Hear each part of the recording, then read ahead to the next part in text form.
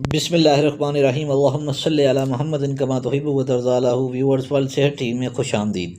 Viewers मैं जो आज आपके लिए रेमेडी लेकर आया हूँ वो वेल लूस रेमेडी है। तो व्यूअर्स उसमें सबसे पहली चीज़ लहसुन इस्तेमाल होती है। आए पहले आपको लहसुन के बारे में समझा देंगे। लहसुन किस तबीयत के लोगों को इस्तेमाल करना चाहिए और कितना इस्तेमाल करना चाहिए और इसको किस तरह इस्तेमाल कर फ़ायदा उठाया जा सकता है।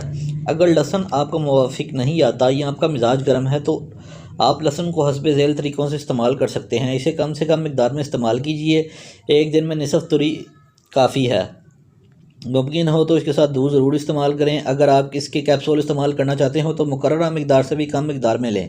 लहसुन को दूध, गाजरों के जूस या शहद के साथ इस्तेमाल करें। इससे मैदे में जलन या उभारा नहीं होगा। इसे पानी के साथ इस्तेमाल करें। 1 या 2 तुड़ियों को कुचल कर पानी में भिगो दें, रात भर पानी में रहने दें, सुबह उठकर इस्तेमाल करें। लहसुन का सिरका इस्तेमाल करें। लहसुन को पका कर इस्तेमाल करें।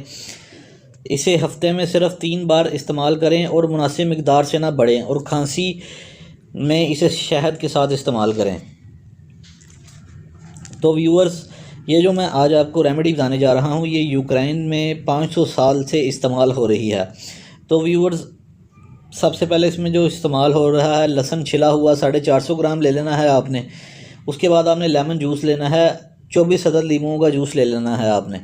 छिले हुए लहसुन और लीमू के रस को अच्छी तरह पीस लें और किसी शीशे या रोगनी मर्तबान में डालकर 24 घंटे तक पड़ा रहने दें।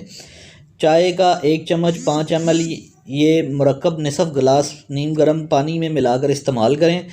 10 रोज़ तक हर रोज़ इस्तेमाल करें। फिर 5 दिन का नागा करके दोबारा इस्तेमाल करें। यह टॉनिक बूढ़े अफराद के अलावा नौजवानों के लिए भी मुफीद है। ये न सिर्फ लो ब्लड प्रेशर को दुरुस्त करता है बल्कि वज़न को भी कम करता है। अलावा इसे थकावट और कमज़ोरी में भी इस्तेमाल किया जा सकता है।